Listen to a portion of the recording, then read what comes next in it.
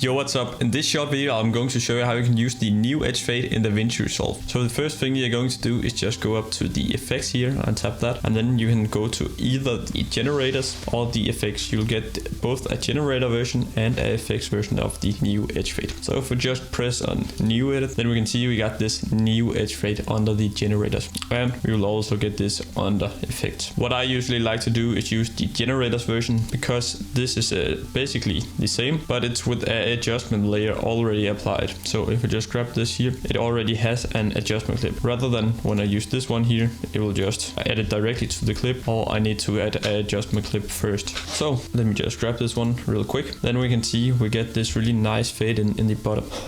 And some situations, and for when you'll be using this, it's basically just when you want to add some text here or some logos or anything like that, when you want to add a little bit of contrast down here, so it's easier to see what you add to the screen. So the first thing we see in the user interface up here is the placement of the edge fade. So you can choose if you want it to be at the top, on the left side, on the right side, or even the bottom. Then you can change the blur of it or the soft edge, which is basically just how blurred is this edge here. Usually I'll leave it at 0.1, and the opacity you can also just play with that, see what you like. The size is just how big is the edge itself. I usually leave it at this, but it depends on what you want to show on the screen. And if you want to, you can even make it fully big and then just turn down the blur, then you'll just get a fade overlay. So that's pretty cool. Then you can also change the color of it. So let's say you want to do a blue color for some reason, you can also do that. And in the new animation, you can change if you only want it to animate in, for example. You can remove out, so there's no out animation. You can also make it so there's no in animation. It really depends on what you want to do. You can also change the in length, so how long is the fade in process of the in animation. So we can make it really quick, so if you just do 10 frames, it'll be really fast. And you can do the same thing with the out, so how fast is it to animate out. And the in offset is basically just if you want to delay the in animation, you can just drag this up and then you will delay the in animation. For the out offset, it's basically the same. If you want it to be animated out a little bit earlier, you can just drag up the out offset. In the curve here, you can change it to whatever curve you want. You can do custom, and then you can do a custom spline